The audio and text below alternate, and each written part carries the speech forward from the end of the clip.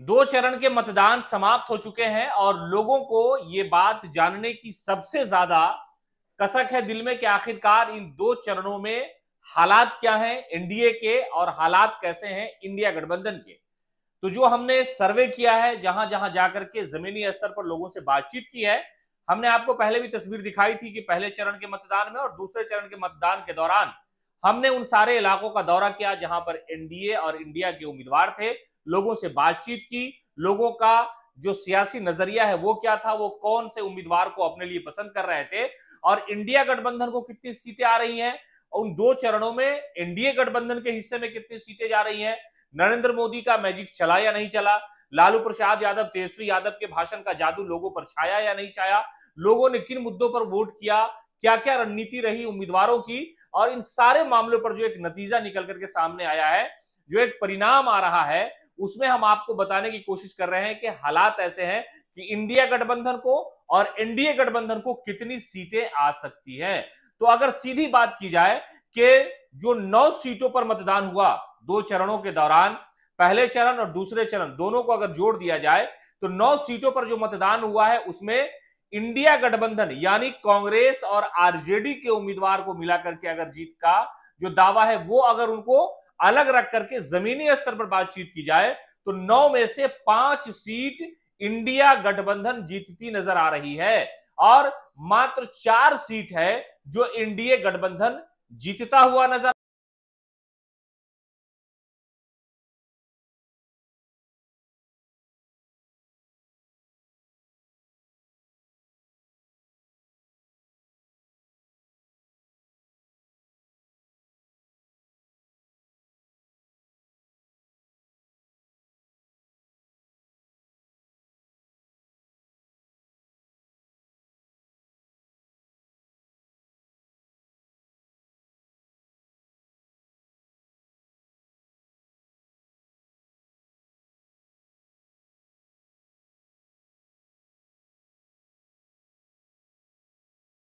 9 सीटों में से 5 सीट ऐसी है जहां पर इंडिया गठबंधन चुनाव जीतती नजर आ रही है और ये इंडिया गठबंधन के लिए, राहुल गांधी के लिए, आरजेडी के लिए, तेजस्वी प्रसाद यादव के लिए अच्छी खबर है। कई सारी रैलियां हुई, नरेंद्र मोदी से ज्यादा रैली, मुख्यमंत्री नीतीश कुमार से ज्यादा रैली महागठबंधन के नेताओं ने की। राहुल गांधी की बहुत ज्यादा रैली तो बिहार में नहीं हुई पहले और दूसरे चरण के दौरान, लेकिन तेजस्वी प्रसाद यादव की और उनके साथ मुकेश सहनी की जो रैली हुई उसका प्रभाव पूरी तरह से बिहार की राजनीति में और इस मतदान में दिखा कि अब तक जो आकलन है, अब तक जो रिपोर्ट है, जो सर्वे है, उसके मुताबिक 9 सीटों में से 5 सीट पर इंडिया गठबंधन जीतती नजर आ रही है। और सबसे बड़ी बात यह है कि तेजस्वी प्रसाद यादव लगातार सुबह से शाम तक रैलियां करते नजर आए, अलग अलग जगहों पर गए, रोड शो भी किया उन्होंने और उनके नेता कार्यकर्ताओं में एक बड़ा जोश था। और ये जोश इसलिए भी था कि जनविश्वास यात्रा के दौरान जो एक भीड़ जमा हुई थी नौकरी के नाम पे, जो एक भीड़ जमा हुई थी तेजस्वी के विकास और विश्वास के नाम पे, वो भीड़ एक तरह से जुड़ती हुई आ गई और इसका सबसे ज्यादा फायदा हुआ।